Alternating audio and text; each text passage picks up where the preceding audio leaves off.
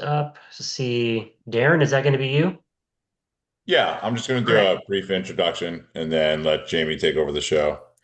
All right. But yeah, there are questions in the chat already about solar, which is great. I love that.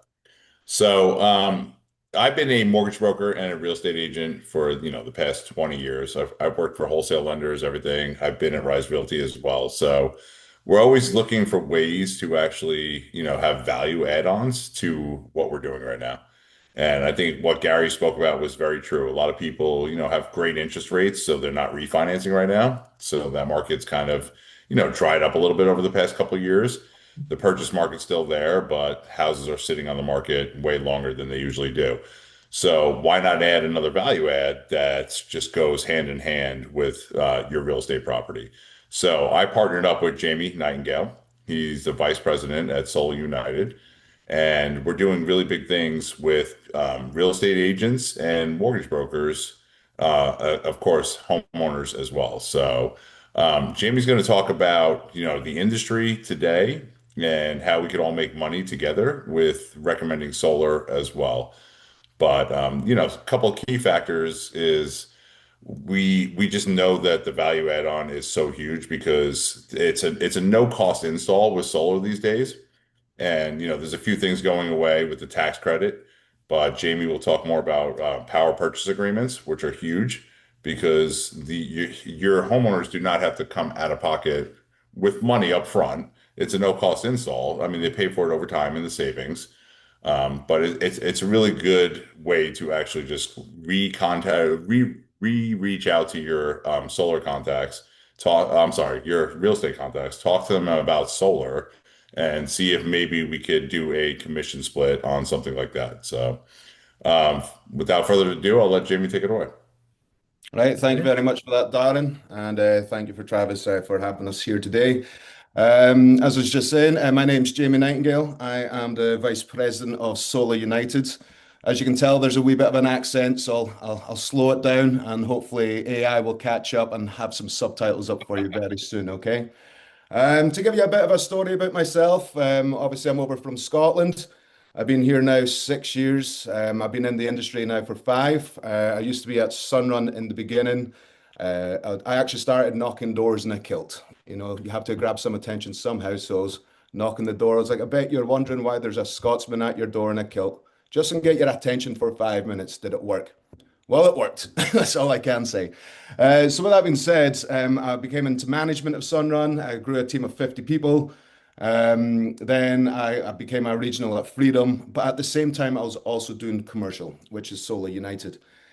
Solar United is a graphene battery. We're actually head of Tesla right now with the R&D, and we're going to be placed out next quarter, sorry, in Q1, Q2. So yeah, so that was with the commercial, and then I started building up the residential team. So when we come into the problem of solar, especially in California, well, in 2012, San Onofre closed down. That was the last energy producing facility in Southern California. We already know it's the boobies when you're heading up north on the five, going to San Clemente. But with that being shut down, we've been actually shipping in energy from out of state, which is Arizona, Nevada, and Utah. When this happens, our clients, our residential clients, end up getting transmission costs and distribution costs all the way through. The rates have actually doubled over the last 5 years. So in San Diego, especially, we were averaging around about 26 cents a watt 4 or 5 years ago. Now we're averaging around about 52 cents per kilowatt. And it doesn't get any better. The rates are going to be going up furthermore, and that's due to the fact of solar is actually part of the problem, believe it or not. The reason being is what's actually called the Senate Bill 100. The Senate Bill 100, what that states is by 2026, 50% of California has to get energy from what's called a renewable source, which is solar. And by 2045, it's 100%. So one thing to look at is it's not if people go, it's more so when they go. With that being said, you know, we also have what's called Title 24, which Gary was just mentioning there about new builds when they're getting constructed. It's constructed. It actually has to come with a renewable source of energy on top of it as well. So everyone has to go solar by 2045, and it's just getting more and more. And when you actually think about this, it's like imagine 10 of your neighbors are going solar. Sorry, without solar. So 10 people are sharing a bill of $100. Three people go solar now, seven is, six, five, four, all the way through to 2045. So the energy companies have to continuously pay to upkeep the grid, which is quite expensive. We've been having a lot of power outages, so on and so forth, and that's due to solar as part of it, and also not enough power here locally. When we were going through everything, we had net metering, which was net metering two, was just changed to three recently. Basically, when it was net metering two, you could get a one-to-one credit value for your solar. Now you can't. It's now net metering three. And the reason being is solar was given too much power to the grid. Because when you imagine this, the sun comes up, there's power in your home. And then when the sun goes down, there's a surge of energy coming from the grid. And they were really struggling to maintain the flow. So they came in with net metering three, where now everyone that has to go solar has to get the battery attached to it. So one, it's already expensive to buy solar, and they were like, hey, well, we need the battery now because of the grid independence. So the sun now comes up, powers your home, fills the battery. When the sun goes down, you take the power from the battery at night. And obviously, every single home is different. So it's depending on how many kilowatts they use and how many batteries is required to make sure they have a full backup all the way through. And that's where it came in with the Senate Bill 100 and the CPUC laws to make sure that everyone is getting the right amount of power and getting credits back. The downside with the battery is the net metering repayment and the credit. You only get around about 3 cents a watt 11 months of the year. But in September, it's around about $3 a watt. So that means get your clients to go on holiday then. They'll make a good return on their solar system, especially when they're not really paying for it out of pocket as well, which is really good. And now that also came in. There's two more parts which I'll come into here now, and one is about the big beautiful bill. This really did affect the solar market tremendously. And like one of the questions there to do with Tracy about what would happen when the companies go out of business. Well, with the big beautiful bill, I'll start off there with cash and purchases. It used to make sense to do it because they received the 30% tax credit. Well, now they don't. After December 31st, the 30% tax credit has now then gone away. But when it comes to what is called TPOs or PPAs, so third party owned power purchase agreement, and commercial, well, they still receive the credits through until 2027. So when you actually think about this, it actually works out quite well for them because the best way to describe it is it's like AT&T to Cox. It's SDGE to GoodLeap to Sunrun, so on and so forth. It's just becoming an energy provider at a cheaper rate. The average homeowners that we're saving them is around about 30 to 50% per watt. So if they're having an average bill of around about $300, we might be able to get them down to $150. We get rid of that rate increasements of 100% over the 5 years. We also get to fluctuate on where we get to set them. We can do up to a 3.5% escalator. Of course, it's all about what is best for the home, how much equipment is needed, so on and so forth, and every home is different. The bottom line is we really do want to save people money moving forward. And I already know with the real estate agents in the past that I've worked with, that word PPA, power purchase agreement, has been a nightmare for a lot of you guys selling homes. So I want to walk you through that. Prior to the net metering three, a power purchase agreement did have liens against the home. Well, they've now amended it also. A power purchase agreement does not have liens against the home. So, which means I could just come in and transfer it over to, like if I was buying off another homeowner, I could transfer it over into my name at no cost because they've already got the equipment. So, what is great about the power purchase agreement these days is one, there is no cost out of pocket for it. We give them the hardware, the panels, the installation, the servicing, and the monitoring for 25 years on a fixed rate also, all the way through for the 25 years. With that being said, you know, what's one of the most common questions is, well, what would happen after the 25 years? Well, there is usually three options that they can have. One is they purchase the system at fair market value. On year 26, it could be probably $1 per panel. The reason why it's so cheap to sell it to them for $1 per panel is because it's cheaper to sell it to you than take off the system. But it also comes with a production guarantee of 90%, which means if one panel or the whole system goes down within the 25 years, we also replace it for them as well. That's just like SDG&E. If a pole line goes down, they have to go get it fixed. Exact same story as that. So that's with the coming into the transfers. Let's see here. So yeah, we transfer it over at no cost. We take off the system. We can extend the agreement 5 years in the future as well. That's the other great thing about it. And as it says, with PPAs, it is going to be the way forward, moving forward, due to the big beautiful bill. A lot of people are receiving higher rates in energy costs, so they need a cheaper form of energy, and it is solar. So currently, right now, I have a team of 75 total. So that's with working with Darren, and also on my end, I have a team in the IID district. So that's from Coachella all the way down to Calexico.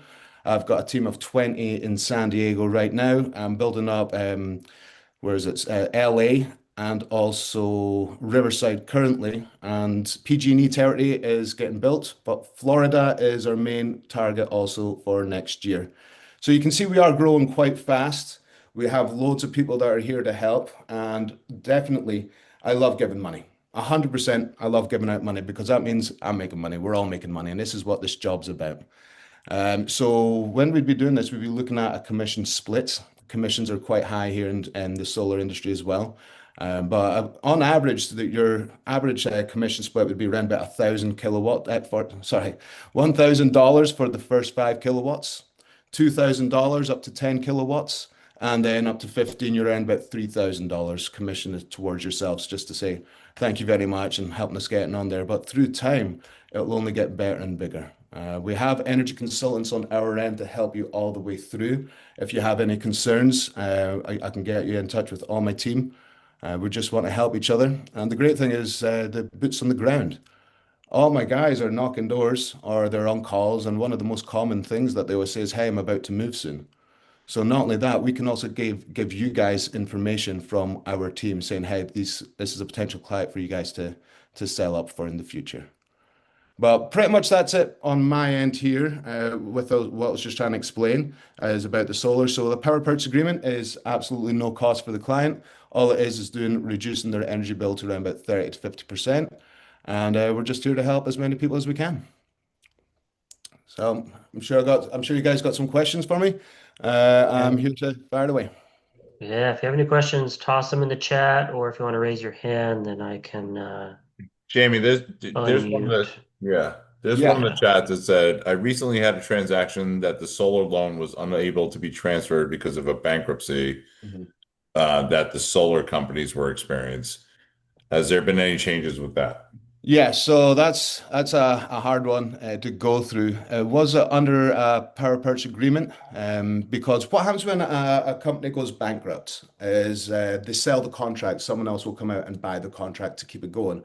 Was it a solar lease? Was it a solar PPA? There's a couple of variables in place, but in a nutshell, with a PPA, another company will come out and buy over the contract to take care of it to help transfer it over to the next company. And filling that with leases is usually a buyout is the option, but it's quite hard with a solar bankruptcy. That one there, I'll have to get better clarity on that for you guys. Yeah. So it sounds like from what you're laying out here, as we move forward with solar, it's transfers are gonna be easier, it sounds like, between homes, depending on, how new that system is. Because, yeah, when we're dealing with some of these older systems, I mean, it can be just a real nightmare. And Tracy pipe back in. So the company was Mosaic, and it was a loan, not a PPA. Yeah. So with a PPA, definitely, it's the new company will buy out the contract. Like SunPower, for instance, they just went out of business, but now they're back in business because of a company bought out their contracts and helped them get back on their feet. So another company will buy out, but when it's a solar loan, that is down to the financer itself. Mosaic went out of business, so that is a tricky one to go through. Yeah. I'll get more of a clarity on that. With the older systems, it should be straightforward with transferring over, especially after net metering 3 happened. So transfers are a lot easier. It's just like if I was to move in, it's like calling SDG&E. Well, it's like the one of our brokers that we are the broker. One of the financiers we use is a company called GoodLeap. So for instance, I'd come in, I'd call them up, say, hey, GoodLeap, I'm the new owner. Please transfer over my name. Failing that, there is also an app that they get on the phone as well. It's quite straightforward to do now.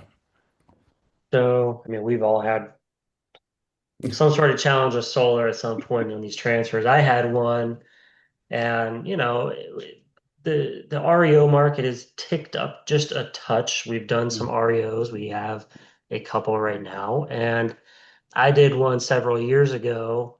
So it was bank foreclosure, and they were selling the house, and it had a solar system on it, and they couldn't locate any information on this thing whatsoever to get power basically hooked back up to the house, is what it seemed like. Um, and so, I mean, we had to just we were trying to pull up serial numbers on the side and like all this stuff. I mean, what do you how do you handle that kind of stuff easily? I get or more easily. Like, where would we go to locate, you know, I guess information when we have a repo because they'll end up paying everything off sometimes too, or they just assume it and they don't know anything about these systems whatsoever, who put it on or how old it is or anything, it seems like. Yeah, so that's a good one actually. And the best way to actually learn is actually through permits.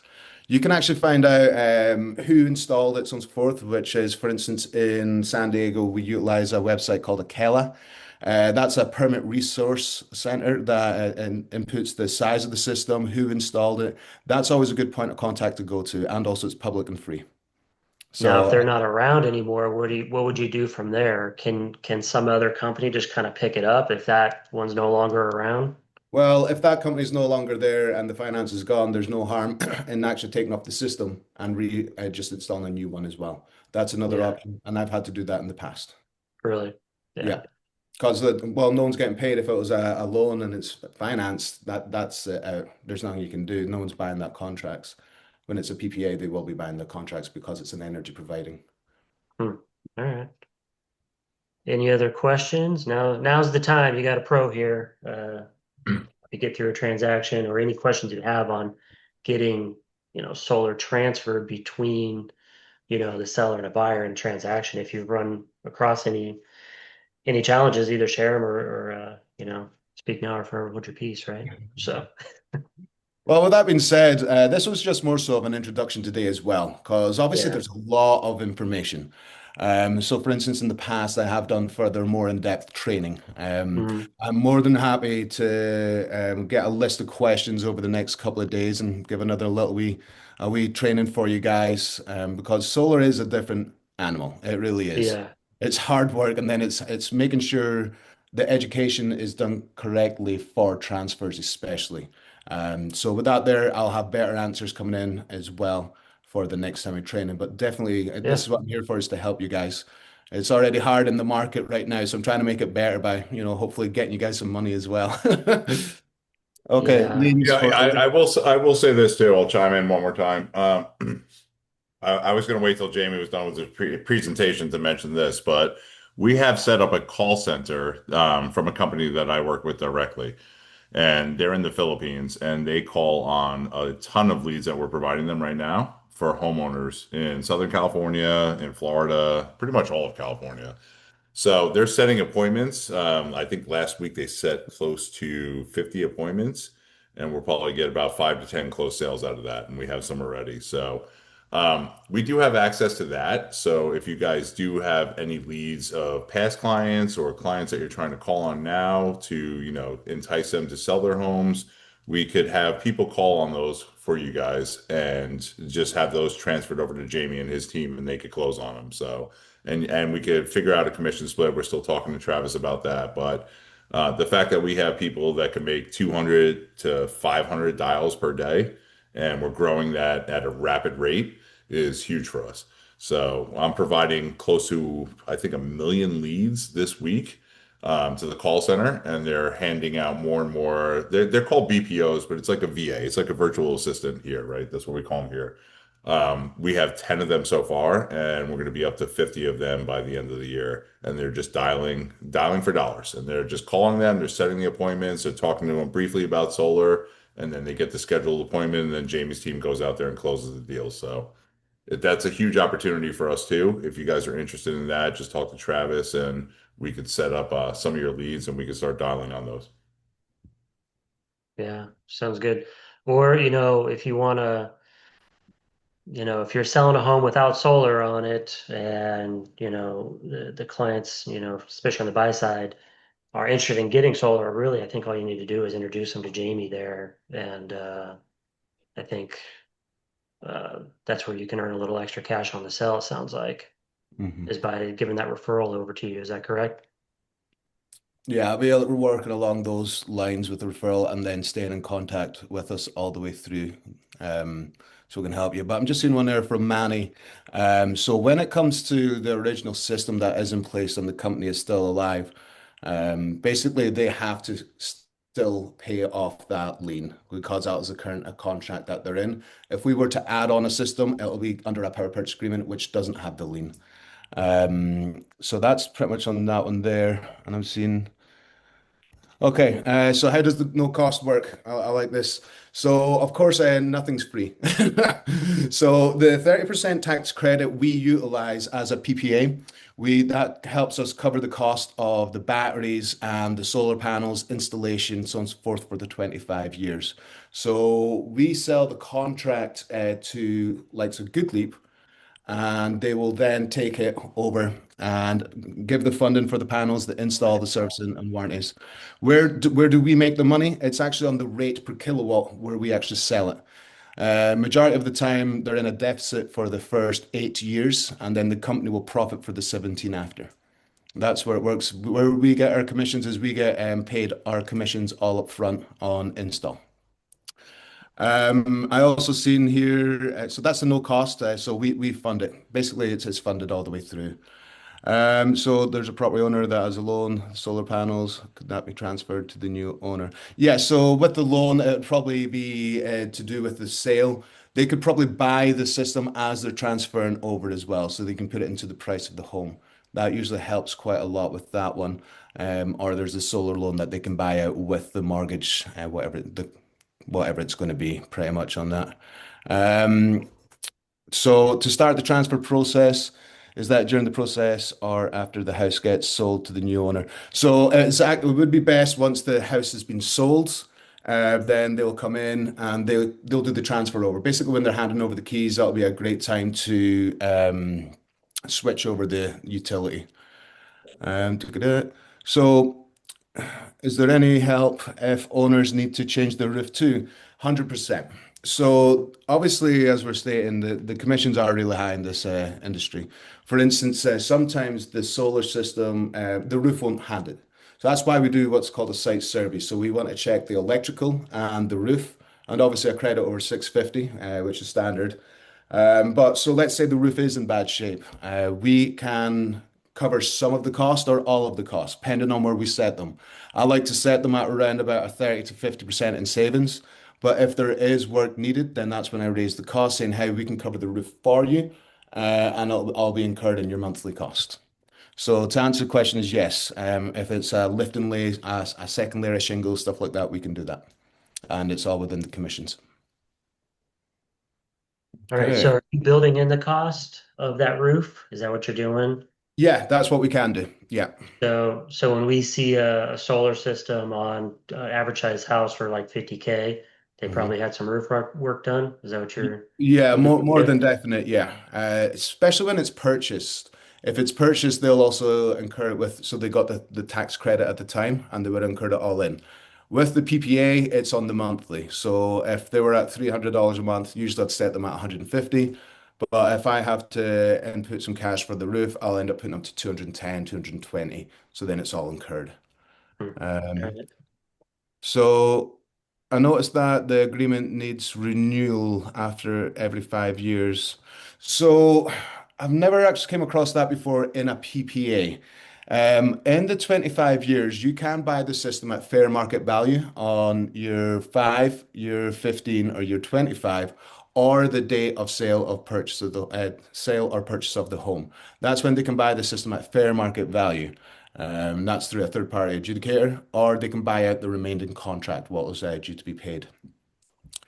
Yeah, so Uh, these are leases, guys. Just so yeah. you understand. On the power purchase agreement, these are leases, so that's why they get no cost installs up front. They don't have to buy the equipment, but they still get the savings, and that's why there's no lien put on the home as well.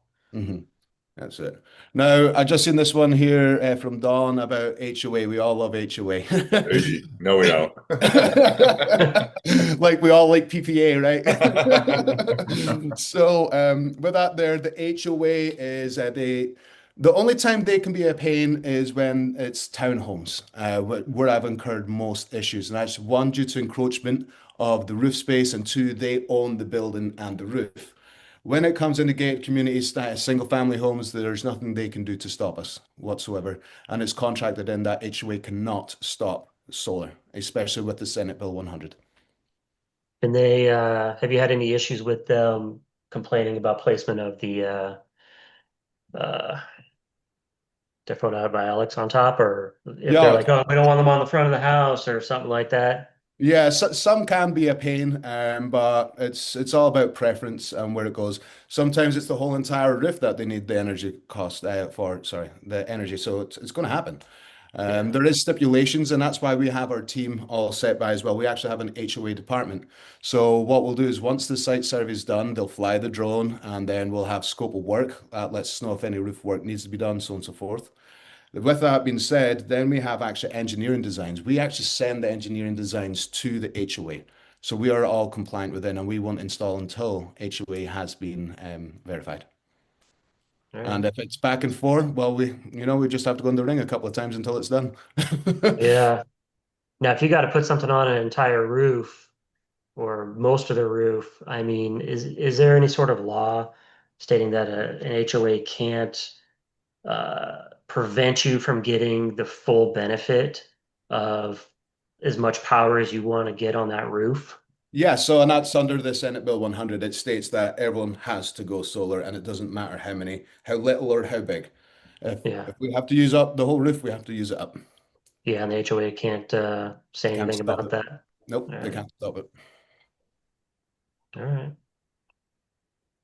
Uh, let's see, have any other questions there? So does this apply for commercial as well, the Senate bill? Yes, I'm glad you actually brought that up. So commercial, we can do commercial PPAs also. With commercial, it's another entity, of course, but you can get a lot more benefits. So you do the PPAs, we can do the purchases with the batteries. So commercial is great accounts, but they do take a lot more time to build. It's around about an 8 to 12 month process because of the amount of people that are involved, the owners, master electricians, so on and so forth. So uh, PPA solar is going to be moving forward very fast. With that being said, the only ones we can't do PPA solar on is gas stations. Hmm. Everything All right. else, like churches, everything else can be done. So do you think everyone will eventually go solar?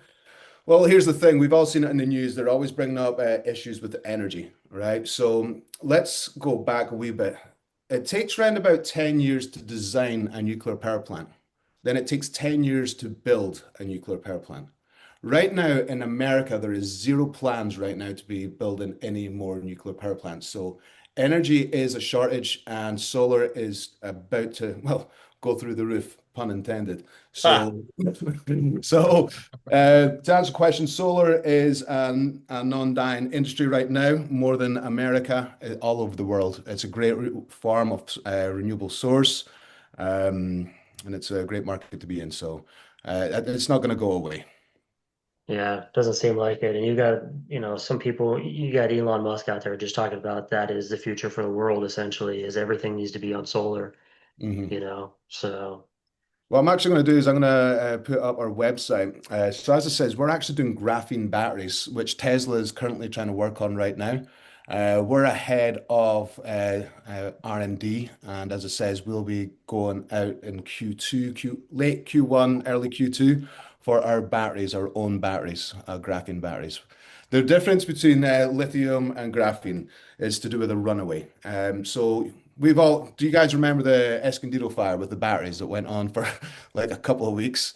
So that yeah. was because of lithium. And so that's why they will not allow any batteries inside a home. Uh, for instance, sometimes HOA can be a stickler on that, and we have to fight back and forth. So graphene has a great runaway and it will not burn like that. So we can actually install batteries back inside the home again. So Okay. I'll post up the website here so you guys can have a wee look into what we're doing. It's quite exciting times with this one right now. We've just got FDA approved and all that great things. Do you think they're going to switch those on the cars? Because those, Well, if yeah, one of that's those another cars argument. burns, man, they just burn to the Yeah, ground. yeah.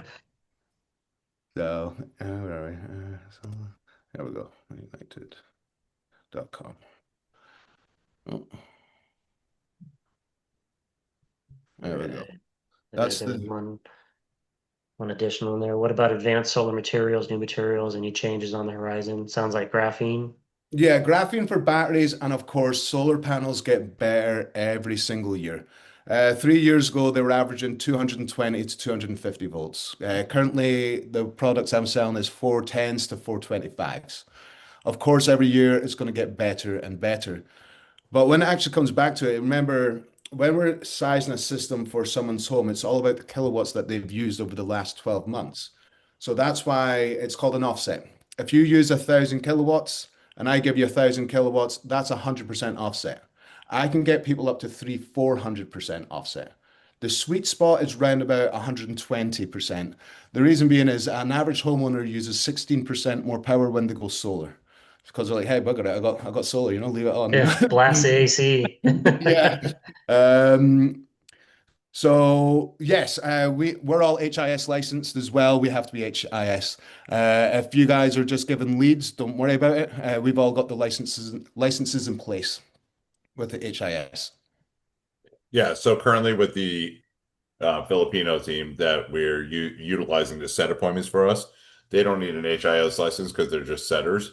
So we pay them a commission just to set them. But if you have an HIS license currently and you want to close solar, then the commissions would be larger. So And for those of us that aren't in the solar business, what's the HISS license? So home improvement sales license. So basically, it's through the CSLB.